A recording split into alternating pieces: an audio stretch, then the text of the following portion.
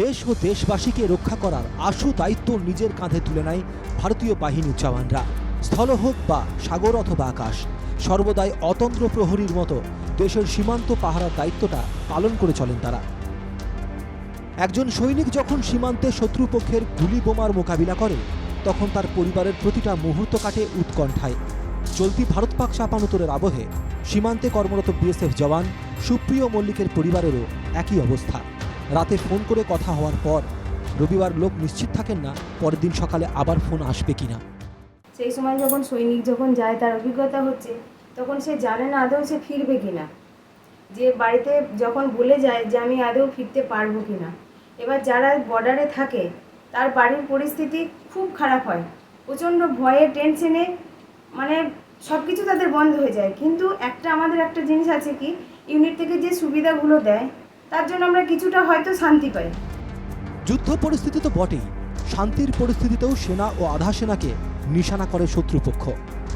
2019-এর পুলওয়ামা জঙ্গি হানায় জখম সিআরপিএফ জওয়ান জানাচ্ছেন কিভাবে ভয়াবহ পরিস্থিতিতে কেটেছিল তার দিন। পুলওয়ামার পাম্পরে যখন আমরা ডিউটি থেকে ফিরছিলাম, ওই বাসের ওপর ওরা অ্যাটাক করেছিল। সেই জায়গায় দাঁড়িয়ে আমি ওদের সঙ্গে প্রচণ্ড লড়াই হয়, কিন্তু শেষমেশ আমার গুলি লেগে যায়। তখন আমি মৃত্যুর সাথে পাঞ্জা লড়ছি। 92 বেস আর্মি হসপিটাল শ্রীনগর, সেখান থেকে new Delhi trauma centre AIIMS, প্রতি মুহূর্তে আমাদের বাড়ির প্রত্যেকটা সদস্যের মধ্যে একটাই হচ্ছে এই মনে হয় দুঃসংবাদ আসলে, এই মনে হয় দুঃসংবাদ।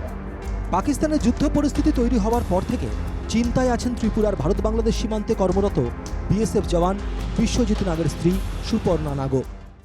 এখন যেহেতু যুদ্ধ পরিস্থিতি চলছে, যেহেতু স্বামী হচ্ছে ডিফেন্সের আছে, বিএসএফে আছে, তো সেই হিসাবে তো একটু চিন্তায় সবসময় থাকতে হয়। হ্যাঁ, একটু উৎকণ্ঠাতেই আছি। প্রিয়জন কাছে না থাকায় কষ্ট যেমন আছে, উদ্বেগ যেমন আছে, তেমন আছে গর্ব।